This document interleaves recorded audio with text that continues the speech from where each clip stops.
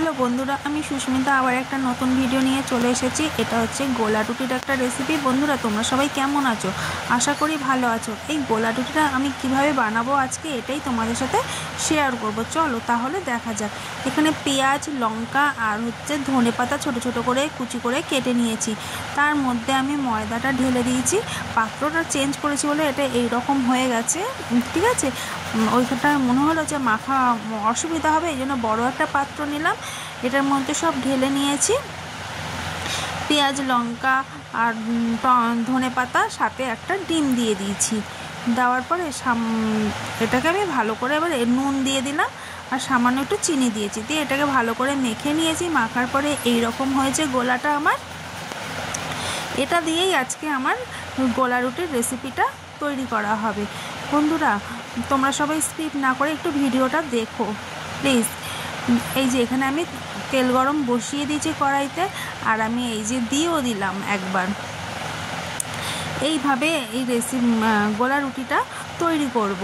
এবার আমি খুন্তি দিয়ে এটাকে আমি চারিধারে ছড়িয়ে দেবো, গোল করে চারিধারে আমি ছড়িয়ে দেবো। ডিম দিলে পরে না বন্ধুরা খুব খাস্তা হয়, ভালো লাগে, বেশ একটা টেস্টি লাগে খেতে।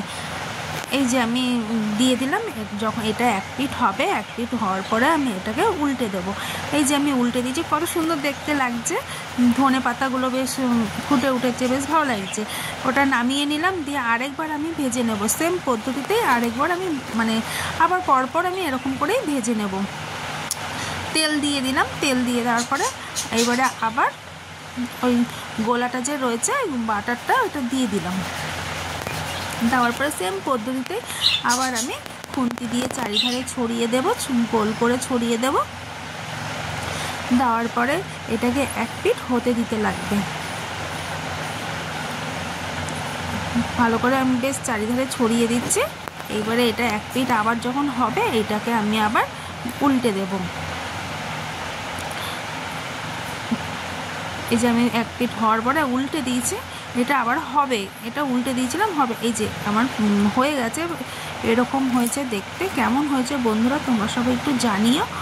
আর খেতেও কিন্তু এটা কিন্তু ভালো খেতে লাগে। তোমরা ঘরে বানিয়ে একবার ট্রাই করে খেও, খুব সুন্দর লাগে খেতে। এই যে আমার হয়ে গেছে। এরকম করে আমি সেম পদ্ধতিতে পরপর সব আমি গোলা রুটিগুলো আমি বানিয়ে নেব। কেমন হয়েছে বন্ধুরা প্লিজ একটু তোমরা কমেন্ট করে জানিও। আর যারা নতুন আছো তারা সাবস্ক্রাইব করে পাশে বেল আইকন বাটনটি অন করে রেখো, যাতে আমি যখনই ভিডিও ছাড়বো তোমাদের কাছে যেন সহজেই পৌঁছে যায়। কেমন লেগেছে বন্ধুরা কমেন্ট করে জানিও।